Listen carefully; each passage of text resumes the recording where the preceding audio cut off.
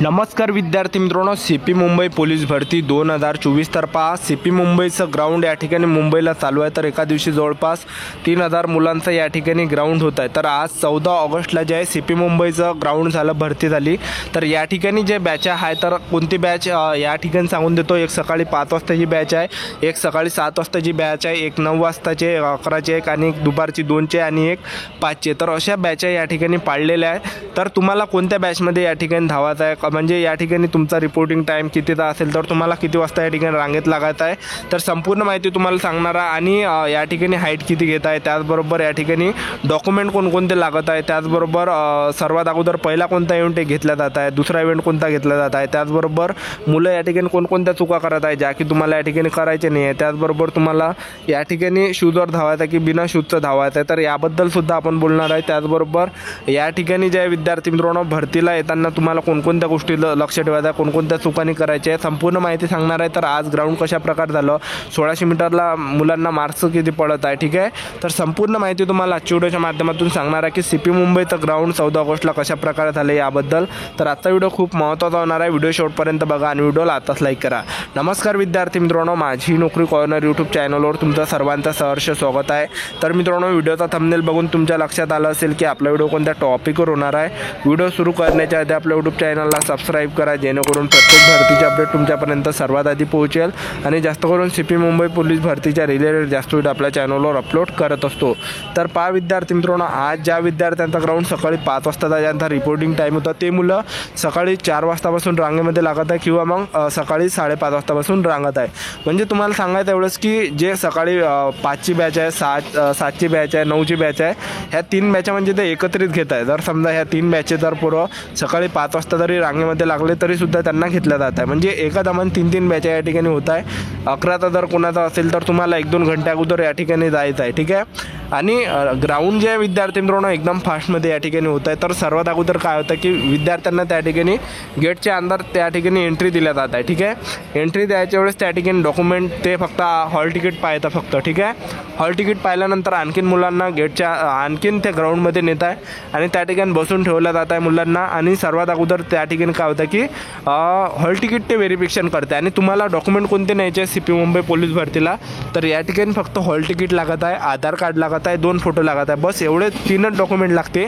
बाकी कोणतेच कागदपत्र या ठिकाणी लागत नाही। एक म्हणजे तुमची फाईल तुम्हाला घरी ठेवायची, फक्त 2च डॉक्युमेंट आणायचे, आधार कार्ड आणि हॉल तिकीट आणि 2 फोटो, बस एवढंच लागते। बाकी या ठिकाणी डॉक्युमेंटचं काही टेन्शन नाही आहे। तर ह्या 3 डॉक्युमेंटवरच होऊन जाते, ठीक आहे।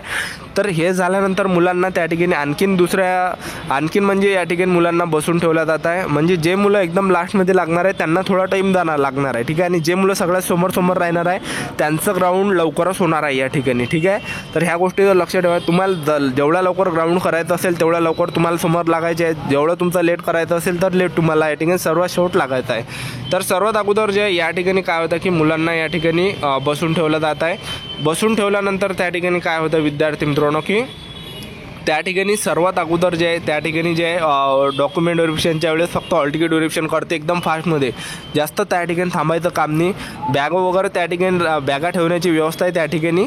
आणि हे झाल्यानंतर काय होतं की त्या ठिकाणी जे विद्यार्थ्यांना छाती वगैरे मोजली जात आहे, उंची वगैरे मोजल्या जात आहे आणि उंचीमध्ये सुद्धा काही मुलं कटत आहे, छातीमध्ये सुद्धा काही मुलं त्या ठिकाणी कटत आहे। तर हे झाल्यानंतर त्या ठिकाणी चिप वगैरे मुलांना लावून दिलं जात आहे। सेन्सर आहे त्या ठिकाणी 100 मीटरसाठी आणि 1600 मीटर रनिंगसाठी, ठीक आहे। आणि हे झाल्यानंतर विद्यार्थ्यांना त्या ठिकाणी टप्प्याटप्प्यानं 100 मुले ते नेत आहे। तर हे झाल्यानंतर काय होतं की सर्वात पहिला जो त्या ठिकाणी इव्हेंट होत आहे, तर पहिला इव्हेंट ते 100 मीटर घेत आहे आणि ग्राउंड सिंथेटिक ग्राउंड आहे, रबराचं ग्राउंड आहे। ज्या दिवशी पाऊस आला होता तर भरपूर विद्यार्थ्यांनी मला सांगितलं होतं की या ठिकाणी शूज न पडणं चांगलं नाही, कारण की पाय उचलत नाही। त्या ठिकाणी असे भरपूर मुलाचं सांगणं होतं की पाय उचलत नाही शूजमुळे, बिना शूजचं धावा, असं भरपूर मुलांचं म्हणणं होतं या ठिकाणी ज्यांचं ग्राउंड झालं त्यांचं। तर पहिला जो इव्हेंट या ठिकाणी होता आहे तर तो होता विद्यार्थी मित्रांनो 100 मीटर। तर 100 मीटर पहिला इव्हेंट या ठिकाणी होता आहे आणि 100 मीटरला 3-3 मुले ते या ठिकाणी सोडत आहे, ठीक आहे। तर 100 मीटरला तुम्हाला या ठिकाणी जसं त्या ठिकाणी स्टार्ट झालं तसं तुम्हाला स्पीड घ्यायची आहे, कारण की 100 मीटरला मायक्रो सेकंडनी मुलांना मार्क्स कमी भेटत आहे। तर 100 मीटरला तुम्ही लक्ष ठेवा। तर 100 मीटर झाल्यानंतर दुसरा जो इव्हेंट होत आहे तर तो होता या ठिकाणी 1600 मीटर रनिंग। तर 1600 मीटर रनिंगला जे एका टाईमला त्या ठिकाणी म्हणजे 50 मुलं म्हणजे 100 सोडत आहे, पहिले 50 मुलं सोडत आहे 50 मुलं सोडल्यानंतर त्यांच्या मागे 50 मुलं सोडत आहे. तर असे 100 मुलं ते एका टाईमला सोडत आहे. आणि तुम्हाला 1600 मीटर रनिंग मारायच्या वेळेस चुका नाही करायची आहे की 1600 मीटर रनिंग तुम्हाला जे ट्रॅकच्या बाहेरून तुम्हाला या ठिकाणी धावायचं नाही, तर ट्रॅकच्या अंदरून तुम्ही धावण्याचा प्रयत्न करा. कारण की ट्रॅकच्या बाहेरून जर तुम्ही धावलं तेवढा तुमचा टायमिंग जास्त वाढणार आहे आणि टायमिंग जास्त वाढला तर तुम्हाला मार्क कमी भेटणार आहे. आणि जेवढं तुम्ही ट्रॅकच्या अंदरून धावताल तेवढं तुम्हाला या ठिकाणी अंतर कमी होणार आहे आणि तेवढंच तुम्हाला मार्क जास्त पडणार आहे. ठीक आहे. तर ग्राउंडच्या अंतरावरून म्हणजे ट्रॅकच्या काटांना धावण्याचा प्रयत्न करा. तर ह्या गोष्टीचं तुम्हाला लक्ष ठेवायचं आहे. आणि 1600 मीटर रनिंग मारायच्या वेळेस तुम्हाला या ठिकाणी हार नाही मारायचे, हिंमत ठेवा, स्वतःमध्ये दम ठेवा. ठीक आहे. तर 1600 मीटर पूर्णच तुम्हाला मारायची आहे, तर थांबायचं नाही. तर ह्याच गोष्टीत तुम्हाला लक्ष ठेवायचं आहे, ह्या तुका तुम्हाला करायचे नाही आहे. ठीक आहे. तर हे झाल्यानंतर सेन्सर आहे त्या ठिकाणी, जसे तुम्ही सेन्सरपासून निघाले तसा तुमचा 1600 मीटर रनिंगचा टायमिंग चालू होत आहे. आणि 1600 मीटर रनिंग झाल्यानंतर त्या ठिकाणी गोळा फेक होत आहे, तिसरा इव्हेंट. तर अशा प्रकारे 3 आणि गोळा फेकलासुद्धा तुम्हाला 3 चान्स आहे. पहिला तर फाऊल गेला 2 तुम्हाला भेटणार आहे चान्स. आणि जे 100 मीटर आहे तर 100 मीटरला भरपूर मुलांची कमेंट होती की स्पाईक अलाउड आहे काय, तर 100 मीटरसाठी स्पाईक बूट अलाउड नाही या ठिकाणी, एक लक्षात ठेवा.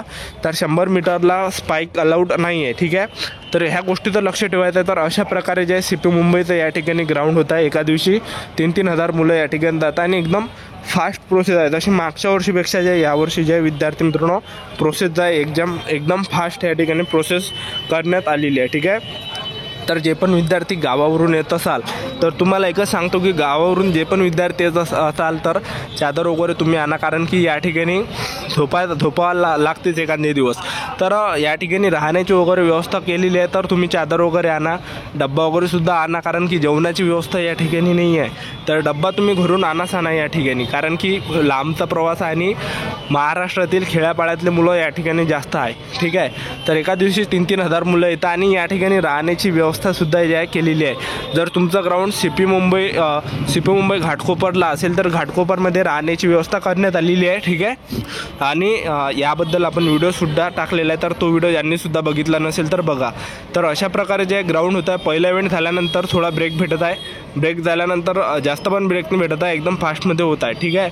आणि मुलांचं असं भरपूर मुलांचं असं म्हणणं आहे की बा आमचा 1600 मीटर रनिंगचा जो गावाकडे जो टाईम होता, म्हणजे 1600 मीटर रनिंगसाठी आमचा गावामध्ये जो टाईम येत होता आमचा 5.5 मिनिट 1600 मीटर रनिंगचा टाईम होता, पण या ठिकाणी 6.5 मिनिट दाखवत आहे, असं भरपूर मुलाचं म्हणणं या ठिकाणी येत आहे. ठीक आहे.